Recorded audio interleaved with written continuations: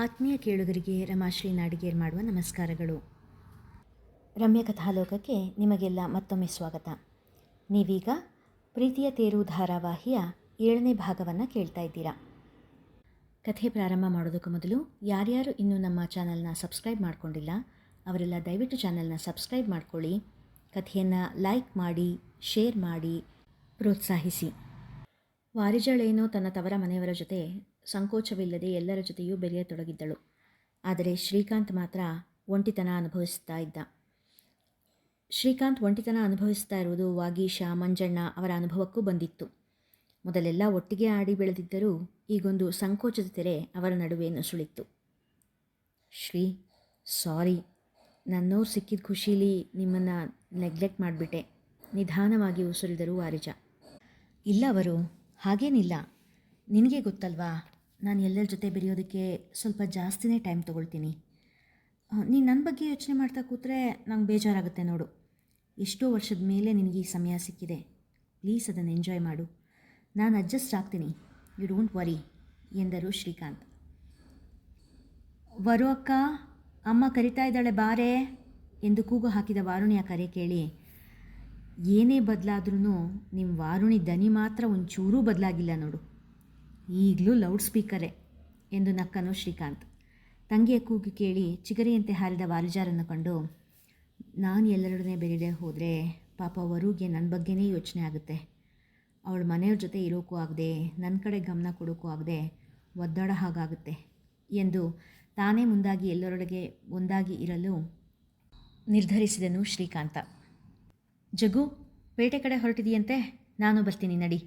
ಶ್ರೀಕಾಂತ ಹೊರಟಾಗ ಸಣ್ಣದೊಂದು ನೆಮ್ಮದಿಯ ನಿಟ್ಟುಸಿರು ವಾಗೀಶ್ನಿಂದ. ಮನೆಗೆ ಬೇಕಾಗಿರೋ ತರಕಾರಿ ಹಿಡ್ಕೊಂಡು ಬರೋಣ ಅಂತ. ಅಲ್ಲಿಂದ ಬಂದಮೇಲೆ ಮದುವೆ ಮನೆ ಕೆಲಸಗಳದ್ದೆಲ್ಲ ಪಟ್ಟಿ ಮಾಡ್ಕೊಂಬಿಡೋಣ. ಇನ್ನು 12 ದಿನ ಇರೋದು. ಊರಿನವರ ವಿಷಯವೆಲ್ಲ ಮಾತನಾಡುತ್ತಾ ಜಗ್ಗು ಶ್ರೀಕಾಂತ್ ಇಬ್ಬರು ಹೊರಟಾಗ ವಾರಿಜ ನೆಮ್ಮದಿಯ ನಗು ಬೀರಿದಳು. ಅಂದು ಸಂಜೆಯಾಗುತ್ತಿದ್ದಂತೆಯೇ ವಾರುಣಿಯ ಮುಖ ಧುಮುಗುಡುತ್ತಿತ್ತು. ಯಾವತ್ತೋ ಒಂದೊಂದು ದಿನ ತಾನೇ, ಹೋಗಲಿ ಬಿಡೆ ವಾರುಣಿ, ಯಾಕೆ ಸಿಟ್ಟು ಮಾಡ್ಕೋತೀಯಾ? ಲೀಲಾ ವಾರುಣಿಯನ್ನು ಅನುನಯಿಸುತ್ತಿದ್ದರು. ಅವಳು ಏನೂ ಉತ್ತರ ಕೊಡದೆ ಒಂದು ಬಾಕ್ಸ್ನಲ್ಲಿ ಒಂದಿಷ್ಟು ಹುರಿದ ಗೋಡಂಬಿ, ಚಕ್ಕುಲಿ, ಖಾರ ಸೇವೆ ಎಲ್ಲ ಪ್ಯಾಕ್ ಮಾಡಿಡುತ್ತಿದ್ದಳು. ವಾರಿಜ ಏನೂ ತಿಳಿಯದೆ, ಏನಾಯ್ತತ್ಗೆ, ವಾರುಣಿ ಮೇಲೆ ಅಮ್ಮೋರು ಬಂದಿದ್ದಾರೆ ಎಂದಾಗ ಪಟಾರನೆ ಸಿಡಿದ ವಾರುಣಿ, ಇನ್ನು 10 ನಿಮಿಷ ತಡಿಯಕ್ಕ, ನಿನ್ನ ಮೈ ಮೇಲೆ ಚಾಮುಂಡಿ ಬರ್ತಾಳೆ ಎನ್ನುತ್ತಾ ಕೈಲಿದ್ದ ಬಾಕ್ಸ್ ತೆಗೆದು ಕುಕ್ಕಿದಳು. ದೊಡ್ಡದೊಂದು ಹಾಟ್ ಬಾಕ್ಸ್ನಲ್ಲಿ 5-6 ಜನರಿಗೆ ಆಗುವಷ್ಟು ಹುಳಿಯನ್ನು, ಮೊಸರನ್ನು ಕಲಿಸಿ ಪ್ಯಾಕ್ ಮಾಡುತ್ತಿದ್ದರು ಲೀಲಾ. ಇದೆಲ್ಲ ಏನತ್ಗೆ, ನನಗಂತೂ ಏನೂ ಗೊತ್ತಾಗ್ತಿಲ್ಲ ಹೇಳಿದಳು ವಾರಿಜ. ಅಕ್ಕ, ಭಾವಂಗೆ ಈ ಅಭ್ಯಾಸ ಇದೆಯಾ ಎನ್ನುತ್ತಾ ಬಾಟಲಿ ಎತ್ತಿ ಸನ್ನೆ ಮಾಡಿದಳು ವಾರುಣಿ. ಯಾವಾಗಲಾದರೂ ಅಪರೂಪಕ್ಕೊಮ್ಮೊಮ್ಮೆ ಸ್ನೇಹಿತರ ಜೊತೆ ಎಂದ ವಾರಿಜಾಳಿಗೆ, ಆ ಅಪರೂಪದ ದಿನ ಇವತ್ತೇ ಆಗಿರುತ್ತೆ ನೋಡು. ಇವತ್ತೆಲ್ಲ ಸೇರಿ ತೋಟದ ಮನೇಲಿ ಪಾನಗೋಷ್ಠಿ ಮಾಡ್ತಾರೆ ಎಂದಳು ವಾರುಣಿ ಸಿಡಿಮಿಡಿ ಮಾಡುತ್ತಾ. ಎಂಥ ಗೋಷ್ಠಿ ಅಮ್ಮ? ನಾನು ಹೋಗ್ತೀನಮ್ಮ. ನಾನು ಇಲ್ಲಿ ಯಾವ ಸ್ಪೆಷಲ್ಲು ಮಿಸ್ ಮಾಡ್ಕೊಳ್ಳೋಕೆ ಇಷ್ಟ ಆಗಲ್ಲ. ಪ್ಲೀಸ್ ಅಮ್ಮ, ನಾನು ಹೋಗ್ತೀನಿ ತೋಟದ ಮನೆಗೆ ಎನ್ನುತ್ತಾ ಬಂದಿದ್ದಳು ಆದ್ಯ.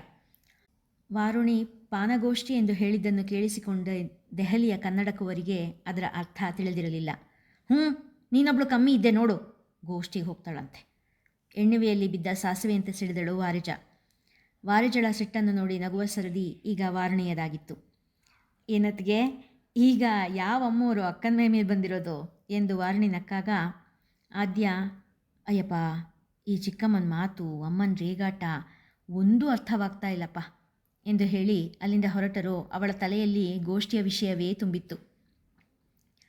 ವಾಣಿ, ಪ್ಲೀಸ್ ಕಣೆ, ಎಷ್ಟೋ ದಿನ ಆಗೋಗಿದೆ ಎಲ್ಲರೂ ಸೇರಿ. ಏನೋ ಚೈಲ್ಡ್ಹುಡ್ ಫ್ರೆಂಡ್ ಬಂದಿದ್ದಾನಪ್ಪ, ಒಂಚೂರು ಖುಷಿ, ಅದಕ್ಕೆ ಜಾಸ್ತಿ ತಗೊಳ್ಳಲ್ಲ, ಸುಮ್ಮನೆ ಕಂಪನಿ ಸೇಕ್ ಅಷ್ಟೇ ಎನ್ನುತ್ತಾ ವಾರುಣಿಯ ಹಿಂದೆ ಮುಂದೆ ಸುತ್ತುತ್ತಿದ್ದ ಮಂಜಣ್ಣನನ್ನು ನೋಡುವುದೇ ವಾರಿಜ ಹಾಗೂ ಲೀಲಾ ಅವರಿಗೆ ಮೋಜೆನಿಸುತ್ತಿತ್ತು. ಜಾಸ್ತಿ ತಗೋಬಾರ್ದು, ಪ್ರಾಮಿಸ್ ಎಂದವಳ ಕೆನ್ನೆಗೆ ಅಲ್ಲಿಯೇ ಮುತ್ತನಿತ್ತು ಮತ್ತೊಂದು ಮಾತಿಗೆ ಅವಕಾಶವಿಲ್ಲದಂತೆ ಓಡಿದ್ದ. ವಾರುಣಿಯ ಕೆನ್ನೆ ಕೆಂಪಗಾಗಿದ್ದರೂ ಕಣ್ಣು ತುಂಬಿತ್ತು. ಅವಳ ಬಳಿ ಬಂದ ವಾರಿಜ ಭುಜದ ಮೇಲೆ ಕೈಯಿಟ್ಟು, ಒಂದೊಂದು ಸಾರಿ ಅಷ್ಟೇ ಅಲ್ವೇನೆ, ಅವರೇನು ದಿನ ಕುಡಿಯಲ್ವಲ್ಲ, ಮತ್ತ್ಯಾಕೆ ಹೀಗೆ ಕಣ್ಣೀರು ಹಾಕ್ತೀಯಾ ಎಂದು ಕೇಳಿದಳು.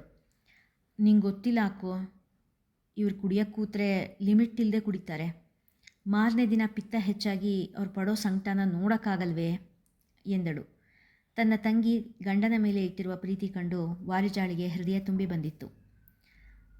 ವರು ಎನ್ನುತ್ತಾ ಅಡಿಗೆ ಮನೆಯ ಬಳಿ ಬಂದಿದ್ದ ಶ್ರೀಕಾಂತ ಅಲ್ಲಿದ್ದ ಮಹಿಳಾ ಮಣಿಗಳನ್ನು ಕಂಡು ಸಂಕೋಚದಿಂದ ಹೊರಗೆ ನಿಂತಿದ್ದ. ಬನ್ನಿ ಭಾವ, ಪರವಾಗಿಲ್ಲ, ಇಲ್ಲಿರೋರೆಲ್ಲ ನಿಮ್ಮೋರೆ ಎಂದ ವಾರುಣಿಯ ಕಡೆ ನಗು ಬೀರಿ, ವರು ಇವತ್ತು ನೈಟ್ ಎಲ್ಲ ತೋಟದ ಮನೆಯಲ್ಲೇ ಉಳಿತಾರಂತೆ ಎಂದನು. ಸರಿ, ತೀರ ಜಾಸ್ತಿ ತಗೋಬೇಡಿ ಎಂದವಳಿಗೆ ಕಣ್ಣಲ್ಲೇ ಒಪ್ಪಿಗೆ ಸೂಚಿಸಿ ಅಲ್ಲಿಂದ ಹೊರಬಿದ್ದ ಶ್ರೀಕಾಂತ. ವಾಗೀಶ, ಮಂಜಣ್ಣ, ಜಗ್ಗು ಮಾಮ, ಶ್ರೀಕಾಂತ ಇಷ್ಟೇ ಜನ ಇದ್ದಿದ್ದು ಪಾನಗೋಷ್ಠಿಯಲ್ಲಿ. ಒಂದೊಂದೇ ಪೆಗ್ಗು ಒಳಗೆ ಇಳಿತಾ ಇದ್ದಂತೆ ವಾತಾವರಣ ರಂಗೇರುತ್ತಿತ್ತು. ಹಳೆ ಗೆಳೆಯರು ಒಟ್ಟಿಗೆ ಸೇರಿ ತಮ್ಮ ಬಾಲ್ಯದ ನೆನಪಲ್ಲಿ ಮುಳುಗಿದರು. ಶ್ರೀಕಾಂತ, ವಾಗೀಶ ಕಡಿಮೆ ಕುಡಿದರೆ ಮಂಜಣ್ಣ, ಜಗ್ಗುಮಾಮ ಅಳತೆ ಮೀರಿ ಕುಡಿಯುತ್ತಿದ್ದರು. ಕಾಂತು, ಶ್ರೀಕಾಂತು, ನಾನು ನಿನಗೆ ಎಷ್ಟು ಥ್ಯಾಂಕ್ಸ್ ಹೇಳಿದ್ರು ಕಡಿಮೆ ಕಣೋ. ನಿಜವಾದ ಸ್ನೇಹಿತ ಅಂದರೆ ನೀನೇ ಕಣೋ ಎಂದ ಮಂಜಣ್ಣನ ಮಾತು ತೊದಲುತ್ತಿತ್ತು. ವಾಗೀಶನಿಗೆ ಮಂಜಣ್ಣ ಕಾಂತು ವಾರಿಜ ಇವರ ಮದುವೆ ವಿಷಯ ತೆಗೆಯಬಹುದು ಎನ್ನಿಸಿತ್ತು. ಮಂಜ, ಸಾಕಣ ಕುಡಿದಿದ್ದು, ಬಾ ಊಟ ಮಾಡೋಣ ಎಂದನು ಆ ಮಾತನ್ನು ತಪ್ಪಿಸಲು. ಲೋ ವಾಗೀಶ, ಎಷ್ಟೋ ವರ್ಷ ಆದಮೇಲೆ ಕಾಂತುಗೆ ಥ್ಯಾಂಕ್ಸ್ ಹೇಳೋ ಟೈಮ್ ಬಂದಿದೆ ಕಣೋ, ಅದನ್ನ ಹಾಳು ಮಾಡಬೇಡ್ವೋ ಎಂದು ಗೋಗರದನು ಮಂಜಣ್ಣ. ಮಂಜ, ಅದೆಲ್ಲ ನಾಳೆನೂ ಹೇಳ್ಬೋದು, ಈಗ ಊಟ ಆರು ಹೋಗ್ಬಿಡುತ್ತೆ, ಬಾ ಎಂದು ಬಲವಂತವಾಗಿ ಎಬ್ಬಿಸಲು ಹೋದನನ್ನು ಶ್ರೀಕಾಂತ್ ತಡೆದನು. ಅವನೇನು ಹೇಳ್ತಾನೋ ಹೇಳಿ ಬಿಡು ವಾಗೀಶ, ಅವನ ಮನಸ್ಸಲ್ಲಿ ಏನಿದೆಯೋ ಅದೆಲ್ಲ ಹೊರಗೆ ಹಾಕಿಬಿಡ್ಲಿ, ಒಂದು ಸಾರಿ ಮನಸ್ಸು ಹಗುರ ಮಾಡ್ಕೊಂಡು ಬಿಡಲಿ ಎಂದ ಶ್ರೀಕಾಂತನ ಬಳಿ ಸಾರಿದ ವಾಗೀಶ, ಅವನೇನೇ ಮಾತಾಡಿದ್ರೂ ಅದನ್ನ ಮನಸ್ಸಲ್ಲಿ ಇಟ್ಕೋಬೇಡ ಪ್ಲೀಸ್ ಎಂದು ಬೇಡಿಕೊಂಡನು. ಏ ಕಾಂತು, ನನ್ನ ಮಾತು ಕೇಳಿ ನೀನಿಲ್ಲಿ. ನಿನ್ನ ಮದುವೆ ಆಗೋಕ್ಕೆ ನಿನ್ನ ಪ್ರೀತಿ ಕಾರಣ ಅಂತ ಅಂದ್ಕೊಂಡಿದೀಯ? ನೋ ನೋ, ನೀನು ತಪ್ಪು ತಿಳ್ಕೊಂಡಿದ್ಯಾ. ಆ ಮದುವೆ ಕಾರಣ ನನ್ನ ಭಕ್ತಿ ಎಂದ ಮಂಜಣ್ಣ. ಅವನ ಮಾತು ಕೇಳಿ ಶ್ರೀಕಾಂತ ಹಾಗೂ ವಾಗೀಶ ಇಬ್ಬರು ತೆರೆದ ಬಾಯಿ ತೆರೆದಂತೆ ಕುಳಿತರು. ಅವರನ್ನು ಹಾಗೆ ನೋಡಿದ ಜಗ್ಗು ಮಾಮ, ಏಯ್ ಬಾಯಿ ಮುಚ್ಕೊಳ್ರು, ಸೊಳ್ಳೆನೋ ನೊಣನೋ ಬಾಯೊಳಗೆ ಹೋಗ್ಬಿಡುತ್ತೆ ಎಂದಾಗ ವಾಗೀಶ ಅಚ್ಚರಿಯಿಂದ, ಮಂಜ, ಏನು ಹೇಳ್ತಾ ಇದೀಯೋ ನೀನು ಎಂದು ಕೇಳಿದ. ಹೌದು ಕಣೋ ವಾಗೀಶ, ನನ್ನ ಭಕ್ತಿಯಿಂದಾನೇ ಕಾಂತು ಮತ್ತು ವಾರಿಜಾನ್ ಮದುವೆ ಆಗಿದ್ದು, ಯಾರಿಗೂ ಹೇಳಬೇಡ ನೀನು ಎನ್ನುತ್ತಾ ಗುಟ್ಟು ಹೇಳುವಂತೆ ಪಿಸಿನುಡಿಯಲ್ಲಿ, ವಾರಿಜ ಮತ್ತು ನನ್ನ ಮದುವೆ ಹೆಂಗಾದರೂ ಕ್ಯಾನ್ಸಲ್ ಮಾಡಿಸಮ್ಮ ತಾಯೇ ಅಂತ ಆ ಚಾಮುಂಡಿ ತಾಯಿಗೆ ಹರಕೆ ಹೊತ್ತಿದ್ದೆ ಕಣೋ ನಾನು ಎಂದಾಗ ವಾಗೀಶನಿಗೆ ಎದೆ ಡಬಗುಟ್ಟಿತ್ತು. ಆಯ್, ನೀನು ಹರಕೆ ಹೊತ್ಕೊಂಡಿದ್ಯಾ? ಯಾಕೋ ನೀನು ಯಾರನ್ನಾರು ಲವ್ ಮಾಡಿದ್ಯಾ ತದಲುತ್ತಾ ಕೇಳಿದ ಜಗ್ಗು ಮಾಮ. ಲವ್ ಪವು ಏನಿಲ್ಲ ಕಾಣೋ ಎಂದು ಉತ್ತರಿಸಿದ ಮಂಜನನ್ನೇ ಸಂಶಯದಿಂದ ನೋಡುತ್ತಾ, ಮತ್ತ್ಯಾಕಪ್ಪ ಹರಕೆ ಹೊತ್ಕೊಂಡಿದ್ದೆ ಎಂದ ಜಗ್ಗು ಮಾಮ. ನೋಡು, ಈಗ ನಾನು ಹೇಳೋ ಗುಟ್ಟನ್ನು ಯಾರಿಗೂ ಹೇಳಬೇಡ, ವಾಗೀಶಂಗಂತೂ ಹೇಳಲೇಬೇಡ ಎಂದ ಜಗ್ಗುವಿನ ಬಳಿಯಲ್ಲಿ. ಎಣ್ಣೆ ಏಟಿಗೆ ವಾಗೀಶ, ಕಾಂತು ಇಬ್ಬರೂ ತಮ್ಮ ಜೊತೆಗೆ ಇರುವುದನ್ನೇ ಮರೆತು ಬಿಟ್ಟಿದ್ದರು. ಪ್ರಾಮಿಸ್, ನಾನು ಯಾರಿಗೂ ಹೇಳಲ್ಲ, ಎಣ್ಣೆ ಮೇಲಾಣೆ ಎಂದ ಜಗ್ಗನ ಬಳಿ. ನನಗೆ ವಾರಿಜ ಅಂದರೆ ಭಯ ಕಣು, ಮೊದಲೇ ಬಜಾರಿ. ನಾನು ಅವಳನ್ನ ಮದುವೆ ಆಗಿದ್ದರೆ ಮಂಗಳವಾರದ ಸಂತೆಯಲ್ಲಿ ನನ್ನ 3 ಕಾಸ್ಗೂ 6 ಕಾಸ್ಗೂ ಮಾರಿಬಿಡ್ತಾಳೆ ಅಂತ ಭಯ ಆಗ್ತಾ ಇತ್ತು. ಅದಕ್ಕೆ ಬೆಟ್ಟದ ತಾಯಿಗೆ ಮದುವೆ ನಿಂತು ಹೋದರೆ ಉರುಳು ಸೇವೆ ಮಾಡ್ತೀನಿ ಅಂತ ಹರಕೆ ಕಟ್ಕೊಂಡಿದ್ದೆ. ಅವನು ಹೇಳಿದ ಮಾತಿಗೆ ಜಗ್ಗು, ವಾಗೀಶ ಇಬ್ಬರಿಗೂ ನಗು ತಡೆಯಲಾಗಲಿಲ್ಲ. ನಿಜ ಜಗ್ಗು, ನಾವೆಲ್ಲ ಆಟ ಆಡ್ಬೇಕಾರೆ ಈ ವಾಗೀಶ, ಆ ವಾರಿಜ ಇಬ್ಬರೂ ಸೇರಿ ನನ್ನನ್ನು ಎಷ್ಟು ಗೋಳೈಕೊಂಡಿದ್ದಾರೆ ಗೊತ್ತಾ. ಇಬ್ಬರೂ ಸೇರಿ ಯಾವಾಗಲೂ ನನ್ನ ಯಾಮಾರಿಸೋರು. ಅವಳೇನೇ ಮಾಡಿದ್ರು ಈ ವಾಗೀಶ ಸರಿ ಅಂತಿದ್ದ, ಕಾಂತು ಹಲ್ಕಿಸ್ಕೊಂಡಿರ್ತಿದ್ದ. ಅವಳ ಜೊತೆ ಮದುವೆ ಅಂದಾಗ ಫುಲ್ ಹೆದರಿಬಿಟ್ಟಿದ್ದೆ. ಸದ್ಯ ಆ ನಮ್ಮಮ್ಮ ನನ್ನ ಕೈ ಬಿಡಲಿಲ್ಲ ಎಂದಾಗ ಅವನು ಹೇಳಿದ ರೀತಿಗೆ ಶ್ರೀಕಾಂತ ಸಹ ನಗೆ ಬೀರಿದ್ದ. ಇದಿಷ್ಟು ಮಾತು ಪಾನಗೋಷ್ಠಿಯ ಬಗ್ಗೆ ತಿಳಿಯಲು ಬಂದಿದ್ದ ಆದ್ಯಾಳ ಕಿವಿಗೂ ಬಿದ್ದಿದ್ದು ತಡೆಯಲಾರದೆ ನಗು ತಡೆದುಕೊಂಡು ಅಲ್ಲಿಂದ ಜಾಗ ಖಾಲಿ ಮಾಡಿದ್ದಳು. ವಾಣಿ, ನನ್ನ ಮೇಲೆ ಇನ್ನೂ ಕೋಪ ಇದೆಯೇನೆ? ವರ್ಷಗಳ ಮೇಲೆ ಜೊತೆಯಾಗಿ ಮಲಗಿದ್ದ ವಾರಿಜಾ ವಾರುಣಿ ಮಾತನಾಡುತ್ತಾ ಮಲಗಿದ್ದರು. ಈಗಿಲ್ಲ, ಆದರೆ ಮೊದಲು ತುಂಬ ಇತ್ತು. ಸತ್ಯವನ್ನೇ ನುಡಿದಳು ವಾರುಣಿ. ಮದುವೆ ಅನ್ನೋ ಯೋಚನೆನೇ ಇರ್ದಿದ್ದ ನನ್ನನ್ನು ಕರ್ಕೊಂಡು ಹೋಗಿ ಹಸೆಮೇಣ ಮೇಲೆ ಕೂರಿಸಿದಾಗ ಏನು ಮಾಡಬೇಕು ಅನ್ನೋದೇ ಗೊತ್ತಾಗಲಿಲ್ಲ. ಅಪ್ಪ ಅಣ್ಣನ ಕೋಪ, ಅಮ್ಮನ ಅಳು, ಇದೆಲ್ಲದರ ಮಧ್ಯೆ ಎಂದು ಕಣ್ಣು ಕೆಳಗೆ ಮಾಡಿ ನಿಟ್ಟುಸಿರು ಬಿಟ್ಟಳು. ಮದುವೆ ಆದ ಮೊದಲಿಗೆ ತುಂಬ ಕಷ್ಟ ಅನ್ನಿಸ್ತಿತ್ತು. ದೊಡ್ಡ ಮನೆ ತುಂಬ ಜನ. ಆದರೆ ನನ್ನ ಪುಣ್ಯ ದೊಡ್ಡದಿತ್ತು ಅನಿಸುತ್ತೆ. ಆ ಮನೆಯಲ್ಲಿ ಯಾರೂ ಕೂಡ ನಿನ್ನನ್ನಾಗಲಿ ನನ್ನನ್ನಾಗಲಿ ಒಂದು ಮಾತು ಹಂಗಿಸ್ಲಿಲ್ಲ. ಅತ್ತೆ ಮಾವನ ತಾಕಿ ನಿಂತನಿಂದನೋ ಏನೋ ಯಾರೊಬ್ಬರೂ ನನ್ನ ಮುಂದೆ ನಿನ್ನ ಹೆಸರು ಎತ್ತಾಡಲಿಲ್ಲ. ಹಾಗೆ ದಿನ ಕಳೀತಾ ಮಂಜ ಎಂಥ ದೇವರಂಥ ಮನುಷ್ಯ ಅನ್ನೋದು ಅರ್ಥ ಆಯಿತು. ನೇಹಾಲ್ ಹುಟ್ಟಿದ ಮೇಲಂತೂ ಜೀವನ ಸಾರ್ಥಕ ಅನ್ನಿಸ್ತು ಎಂದು ತನ್ನೆಲ್ಲ ಮಾತನ್ನು ಅಕ್ಕನ ಮುಂದೆ ಹರವಿದಳು. ನಿನ್ನ ಲೈಫ್ ಹೇಗಿದೆ ಅಕ್ಕ ಎಂದವಳಿಗೆ ಅಕ್ಕನ ಮುಖದ ಮೇಲಿನ ನೆಮ್ಮದಿಯ ನಗೆಯೇ ಉತ್ತರ ನೀಡಿತ್ತು. ಆ ನಗೆ ಕಂಡು ಅವಳಿಗೂ ತೃಪ್ತಿ.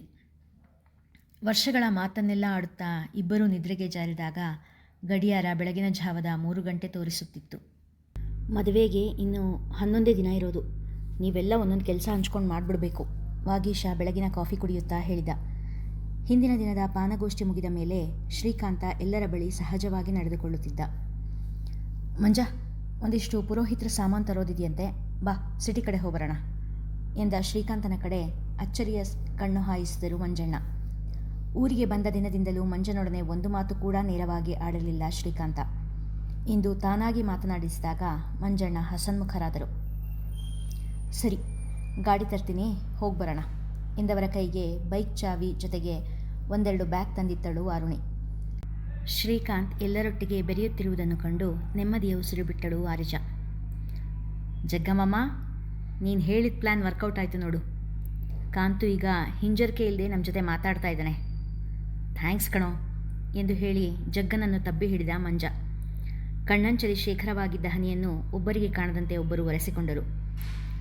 ಮಂಜ, ನಾವು ಹಿಂಗೆ ತಬ್ಕೊಂಡಿರೋದನ್ನು ನೋಡಿದ್ರೆ ಜನ ತಪ್ಪು ತಿಳ್ಕೊತಾರೋ?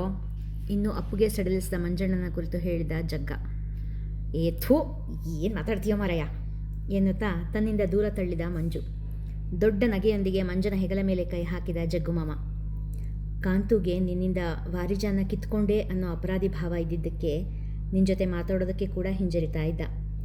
ನಿನ್ನೆ ನೀನು ಮಾಡಿದ ಡ್ರಾಮಾ ಎಫೆಕ್ಟು ನೋಡು, ಇವತ್ತು ನಿನ್ನ ಜೊತೆ ಬೈಕಲ್ಲೆಲ್ಲ ತಿರುಗಾಡ್ದ ಎಂದ ನಗುತ್ತಾ. ಹೌದು ಕಣೋ, ನಾನು ಇನ್ನು ನಮ್ಮಿಬ್ಬರ ಮಧ್ಯ ಸಲಿಗೆ ಸಾಧ್ಯನೇ ಇಲ್ಲ ಅಂದ್ಕೊಂಡಿದ್ದೆ. ಒಬ್ಬ ಒಳ್ಳೆ ಗೆಳೆಯನನ್ನು ಕಳೆದುಕೊಂಡೆ ಅಂತ ತುಂಬ ಬೇಸರ ಆಗಿತ್ತು. ನಿನ್ನಿಂದ ಆ ಪ್ರಾಬ್ಲಮ್ ಸಾಲ್ವ್ ಆಗೋಯ್ತು ಎಂದ ಮಂಜನ ಮಾತು ಆಕಸ್ಮಿಕವಾಗಿ ಅವರ ಹಿಂದೆ ಬಂದು ನಿಂತಿದ್ದ ಆದ್ಯಾಳ ಕಿವಿಗೆ ಬಿದ್ದಿತ್ತು. ಹಿಂದಿನ ದಿನ ಪಾನಗೋಷ್ಠಿಯಲ್ಲಿ ನಡೆದ ಮಾತುಕತೆಯ ಅಸಲಿ ಕಾರಣ ತಿಳಿದಾಗ ಅವಳ ಮನ ತುಂಬಿ ಬಂದಿತ್ತು. ತಾನು ಅಲ್ಲಿರುವ ಸುಳಿವು ಕೊಡದೇ ಹೋಗಿದ್ದಳು ಹುಡುಗಿ. ಅಮ್ಮ, ನನಗೆ ಕಾಲೇಜಿಗೆ ಹೊತ್ತಾಗ್ತಾ ಇದೆ, ನಾನು ಹೊರಡ್ತೀನಿ ಎನ್ನುತ್ತಾ ಕೋಣೆಯಿಂದ ಹೊರಬಂದ ಮಗನನ್ನೇ ದಿಟ್ಟಿಸಿದರು ಲತಾ. ಕಡುಕಪ್ಪು ಬಣ್ಣದ ಶರ್ಟ್, ತಿಳಿನೀಲಿ ಜೀನ್ಸ್ ಧರಿಸಿ ತೋರು ಬೆರಳಿನಿಂದ ಕನ್ನಡಕ ಸರಿಯಾಗಿ ಧರಿಸಿಕೊಳ್ಳುತ್ತಾ ಬಂದ ಮಗ ಅವರಿಗೆ ರಾಜಕುಮಾರನಂತೆ ಕಾಣಿಸಿದ. ಇರಿಸಿದ್ದು ತಿಂಡಿಯಾಗಿದೆ, ತಿಂದುಕೊಂಡು ಹೋಗಪ್ಪ ಎನ್ನುತ್ತಾ ತಟ್ಟೆಯಲ್ಲಿ ಶಾವಿಗೆ ಬಾತ್ ಜೊತೆ ಕೊತ್ತಂಬರಿ ಸೊಪ್ಪಿನ ಚಟ್ನಿ ಹಿಡಿದು ಬಂದರು. ಏನಾದರೂ ಬಿಟ್ಟೇನೋ, ನಿನ್ನ ಕೈ ತಿಂಡಿ ಬಿಡ್ತೀನೇನಮ್ಮ. 10 ನಿಮಿಷ ಲೇಟಾದರೂ ಪರವಾಗಿಲ್ಲ, ತಿಂಡಿ ತಿಂದೇ ಹೋಗೋದು ನಾನು ಎನ್ನುತ್ತಾ ಕುಳಿತವನಿಗೆ ಕಾಫಿ ಬಿಸಿ ಮಾಡಿ ತರಲು ಹೊರಟರು ಲತಾ. ಮೇಲ್ಮಧ್ಯಮ ವರ್ಗದ ಆ ಮನೆಯಲ್ಲಿ ಇದ್ದಿದ್ದು ತಾಯಿ ಮಗ ಇಬ್ಬರೇ. ಕುಟುಂಬದ ಯಜಮಾನ ಕಾಲವಾಗಿ 10-12 ವರ್ಷಗಳೇ ಕಳೆದಿತ್ತು. ಹಿರೀಕರಿಂದ ಬಂದ ಮನೆ ತೋಟ ಇದ್ದಿದ್ದರಿಂದ ಜೀವನಕ್ಕೆ ಏನೂ ತೊಂದರೆ ಇರಲಿಲ್ಲ. ಅಮ್ಮನಿಗೆ ಮಗ ಆಸರೆ, ಮಗನಿಗೆ ಅಮ್ಮ ಆಸರೆಯಾಗಿದ್ದರು. ಸಿದ್ಧಾರ್ಥ್ ನಳಂದ ಯೂನಿವರ್ಸಿಟಿಯಲ್ಲಿ ಲೆಕ್ಚರರ್ ಆಗಿ ಕೆಲಸ ಮಾಡುತ್ತಿದ್ದ. ಈಗ ಮಗನಿಗಾಗಿ ಕನ್ಯಾನ್ವೇಷಣೆಗೆ ತೊಡಗಿದ್ದರು ಲತಾ. ಆದಿತ್ಯ ಬೈಕಿನ ಮೇಲೆ ಕುಳಿತು ಕೂಗುತ್ತಿದ್ದವನ ಕಡೆ ತಿರುಗಿ ನೋಡಿದಳು ಅದಿತಿ. ಗುಲಾಬಿ ಬಣ್ಣದ ಕಾಟನ್ ಸೀರೆಯೊಟ್ಟು ಅಳ್ಳಕವಾಗಿ ಜಡೆ ಹೆಣೆದು ಬಾವಿಯ ನೀರು ಸೇದುತ್ತಿದ್ದ ಅಪರೂಪದ ಮೈಮಾಟ ಹೊಂದಿದ್ದ ಚೆಲುವೆಯ ಕಡೆಗಿತ್ತು ಸಿದ್ಧುವಿನ ಗಮನ. ಎರಡೂ ಕೈಯಲ್ಲಿ ಬಾವಿಯ ಹಗ್ಗ ಹಿಡಿದು ತನ್ನ ದನಿ ಕೇಳಿ ತುಸು ಮಾತ್ರ ತಿರುಗಿ ತನ್ನೆಡೆ ನೋಡಿದವಳ ಕಂಡು ಸಿದ್ಧುವಿನ ಮನ ಪರವಶವಾಗಿತ್ತು. ಅವಳನ್ನೇ ನೋಡುತ್ತಾ, ಆದಿತ್ಯ ಇದ್ದಾನಾ ಎಂದು ಕೇಳಿದವನಿಗೆ ಇದ್ದಾರೆ, ಕರಿತೀನಿ ಎಂದದ್ದು ಹತ್ತಿರದಲ್ಲೆಲ್ಲೋ ಕೋಗಿಲಿ ಕೂಗುಟ್ಟಿದಂತೆ ಆಗಿತ್ತು. ಬಾವಿಯಿಂದ ಸೆಳೆದ ಬಿಂದಿಗೆ ಸೊಂಟದ ಮೇಲಿಟ್ಟು ಹಣೆಯ ಮೇಲೆ ಬೀಳುತ್ತಿದ್ದ ಮುಂಗುರುಳ ಮುಂಗೈನಿಂದಲೇ ಸರಿಸಿ ಬೆಳಕುತ್ತಾ ನಡೆದವಳು ಅವನ ಮನವನ್ನೂ ತನ್ನೊಟ್ಟಿಗೆ ಹೊತ್ತೊಯ್ದಿದ್ದಳು. ನಿಮ್ಮನ್ನು ಕೇಳಿಕೊಂಡು ಯಾರೋ ಬಂದಿದ್ದಾರೆ. ಸೀತಮ್ಮಜ್ಜಿಯ ಬಳಿ ಕುಳಿತು ಅವರ ಮಾತಿಗೆ ಕಿವಿಯಾಗಿದ್ದವನ ಬಳಿ ಹೇಳಿದಾಗ ಅವಳ ದನಿ ಸಹಜವಾಗಿಯೇ ಇದ್ದರೂ ಆದಿತ್ಯನ ಮನ ಮಾತ್ರ ಹೂವಾಗಿತ್ತು. ಅವಳ ಮೂಗಿನಲ್ಲಿ ಮಿನುಗಿದ ಮೂಗುತಿ ಕ್ಷಣಕಾಲ ಅವನ ಕಣ್ಣಲ್ಲೂ ಮಿಂಚು ತಂದಿತ್ತು. ಸಿದ್ದುವಿನ ಕಣ್ಣು ಬಾವಿಯ ಬಳಿ ಇದ್ದ ಶಿಲಾಬಾಲಿಕೆಯ ನಿರೀಕ್ಷೆಯಲ್ಲಿದ್ದರೆ ಆದಿತ್ಯನ ಮನ ನೀರು ಸೇದಿ ತಂದ ನೀರೆಯ ಹಿಂದೆ ಹಾರಿತ್ತು. ಇಲ್ಲಿಗೆ ಇಂದಿನ ಸಂಚಿಕೆ ಮುಗಿಯಿತು. ಮುಂದಿನ ಕಥೆ ಮುಂದಿನ ಸಂಚಿಕೆಯಲ್ಲಿ. ಕಥೆ ಇಷ್ಟವಾಗ್ತಾ ಇದ್ದರೆ ಹೆಚ್ಚು ಹೆಚ್ಚು ಜನರಿಗೆ ಶೇರ್ ಮಾಡಿ, ಲೈಕ್ ಮಾಡಿ, ಕಾಮೆಂಟ್ ಮಾಡಿ ಪ್ರೋತ್ಸಾಹಿಸಿ. ಧನ್ಯವಾದಗಳು.